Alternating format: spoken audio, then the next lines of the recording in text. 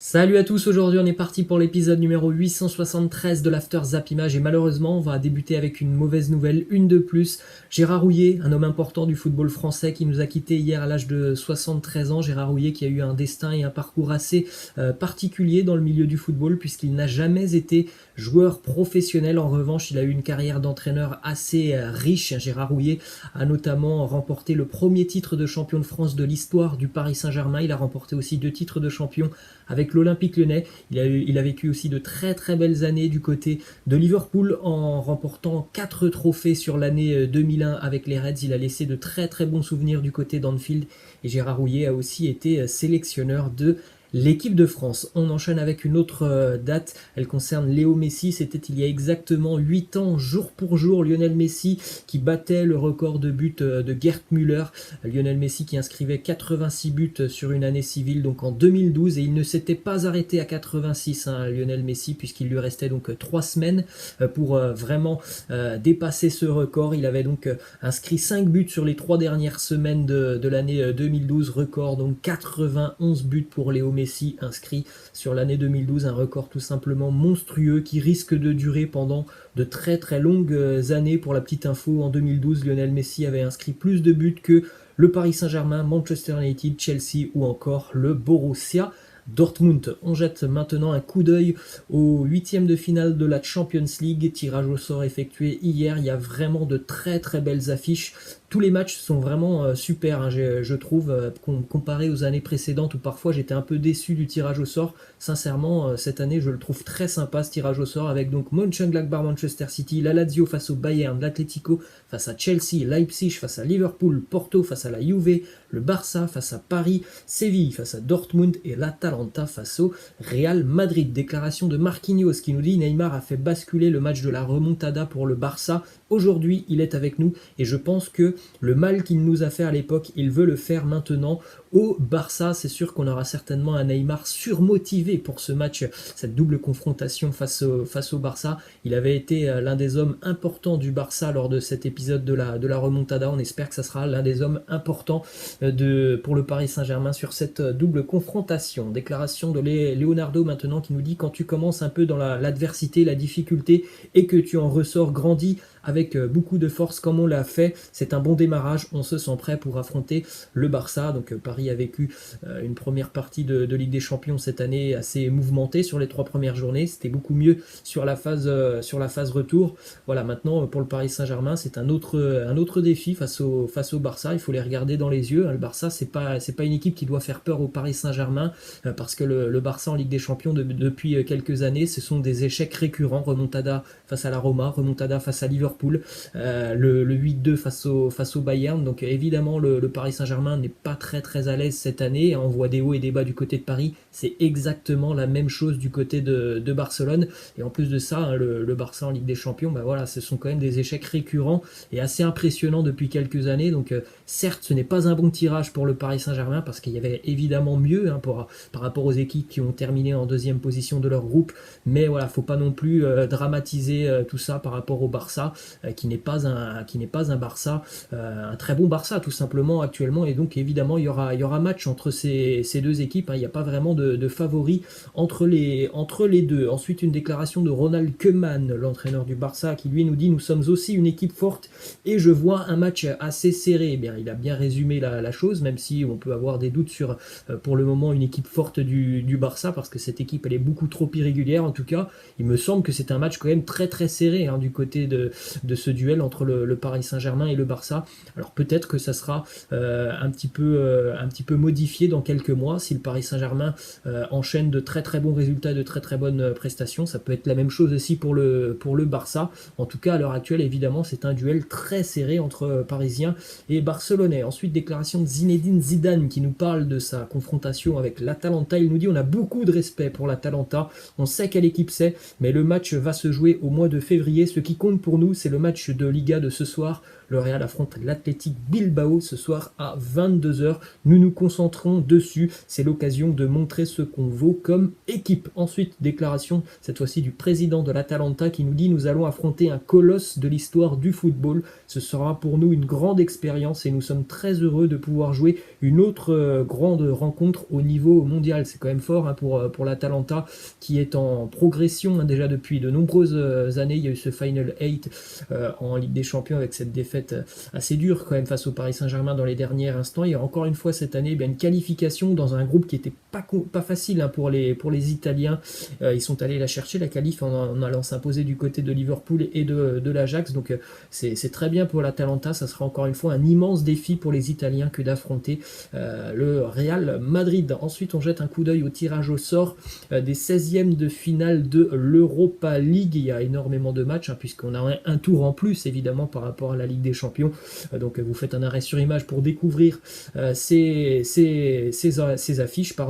Un match très sympa pour Lille qui affrontera l'Ajax à Amsterdam. Si je ne me trompe pas, Lille avait déjà affronté l'Ajax l'année dernière en Champions League et ça s'était plutôt mal passé pour le LOSC, mais c'est pas du tout la même équipe de Lille cette année, c'est pas non plus la même équipe de l'Ajax, donc vraiment un match sympa pour les Lillois. Notez aussi un match plutôt sympa entre Arsenal et le Benfica. On prend la direction de Lille maintenant avec une déclaration du président Gérard Lopez qui nous parle du titre. Il nous dit: à effectif complet, sans blessure et en gardant la même envie, la même intensité, on peut faire quelque chose. On serait bien bête de ne pas tenter le coup. On en a déjà parlé. Et si le Paris Saint-Germain n'est pas à la hauteur en Ligue 1, évidemment qu'il y a plusieurs prétendants au titre, dont le LOSC, dont l'Olympique Lyonnais et pourquoi pas aussi l'Olympique de Marseille. Mais tout ça, je pense, dépend vraiment du niveau du Paris Saint-Germain. Et à l'heure actuelle, le PSG n'est pas au niveau en Ligue 1, ou en tout cas n'est pas en mesure de prendre le large. Donc évidemment, toutes ces équipes peuvent penser au titre, même si c'est encore un petit peu trop tôt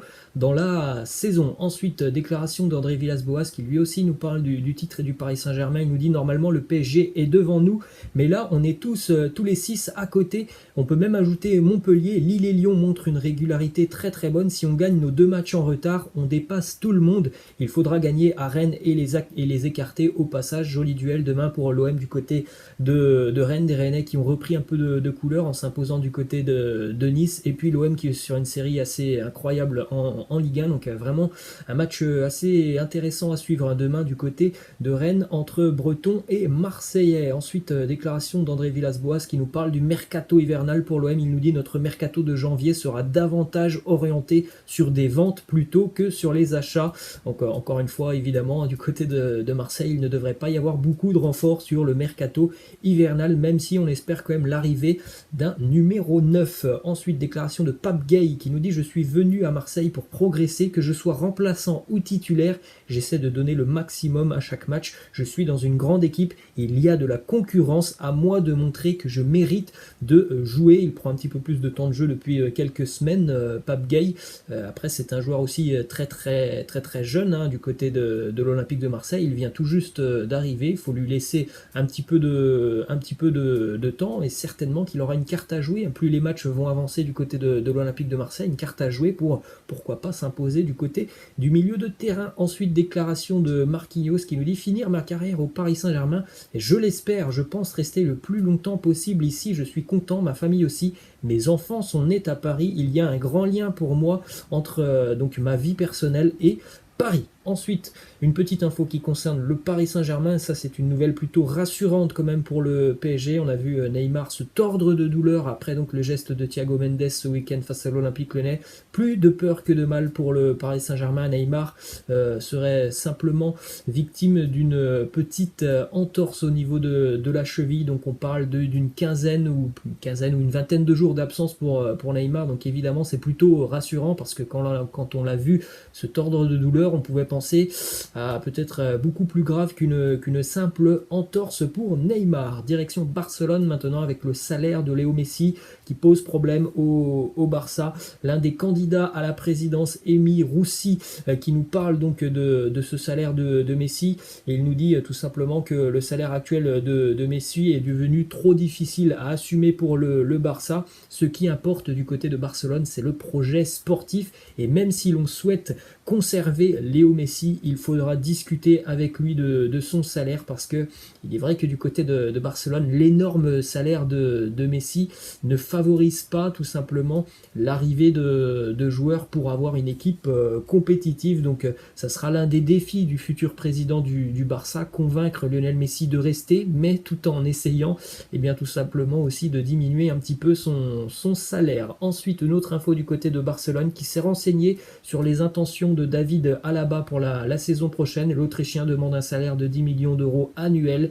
Évidemment, c'est trop compliqué pour le Barça d'assumer ce genre de salaire. Autre petite info en Espagne hier, la victoire du Celta Vigo face à Cadix 4-0 pour le Celta, avec des buts notamment de Iago Aspas et de Nolito. Iago Aspas qui est le joueur le plus décisif cette année en Liga, 7 buts et 4 passes décisives. Aucun joueur n'est impliqué dans plus de buts que lui en Liga. Cette année, ça va plutôt bien pour le Celta depuis le changement d'entraîneur. Direction l'Angleterre maintenant, avec une déclaration de Mino Raiola, l'agent de Paul Pogba, qui annonce que Paul devrait quitter Manchester l'été prochain. Il nous dit que ça sera très compliqué pour le mercato hivernal. En général, les grands joueurs ne partent pas sur le mois de janvier, donc Pogba devrait quitter Manchester l'été prochain.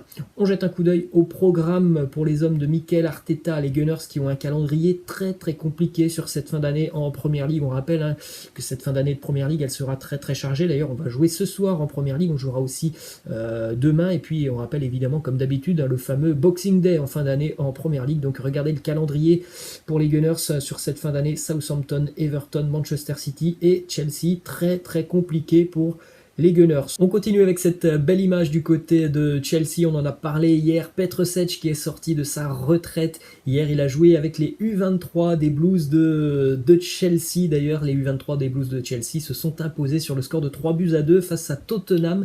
Un match qui a été assez mouvementé. Tottenham a mené 2-0 dans ce match. On a eu aussi droit à un vilain geste de Danny Drinkwater, un joueur qui évolue depuis quelques temps maintenant avec les U23 de Chelsea. Ensuite, on se dirige du côté de l'Italie avec cette image que l'on a vue ce week-end du côté de Gênes. Le Genoa recevait la Juve, 78e minute, penalty pour Cristiano Ronaldo qui le transforme en tirant en plein milieu du but.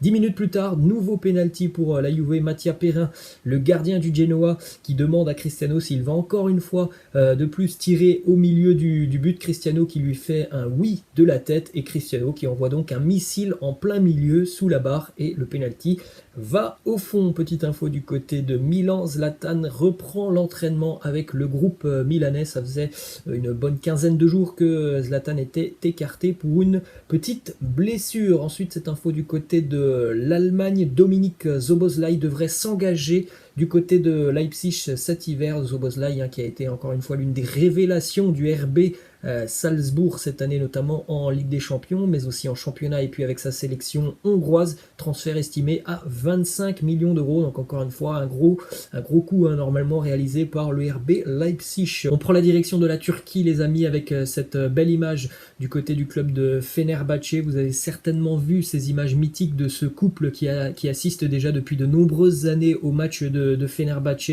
Et bien ce couple malheureusement est décédé, donc le mari était décédé déjà depuis quelques années, sa femme est maintenant partie depuis quelques semaines. Le club turc a décidé de rendre hommage à ce couple si particulier en déposant leur portrait tout simplement à leur place où ils étaient abonnés déjà depuis de nombreuses années. On termine, les amis, avec cette petite info du côté de la sélection serbe. Le sélectionneur est donc parti. On parle de Raymond Domenech pour succéder au sélectionneur serbe, qui n'a donc pas rempli les objectifs de la sélection puisque la Serbie ne sera pas présente à l'Euro 2021. Donc pour le moment, pas mal de rumeurs qui envoient Raymond Domenech du côté de la Serbie. Voilà les amis, c'est la fin de cet After Zap Image. J'espère que ça vous a plu. Je vous laisse, je vous dis à la prochaine. Ciao.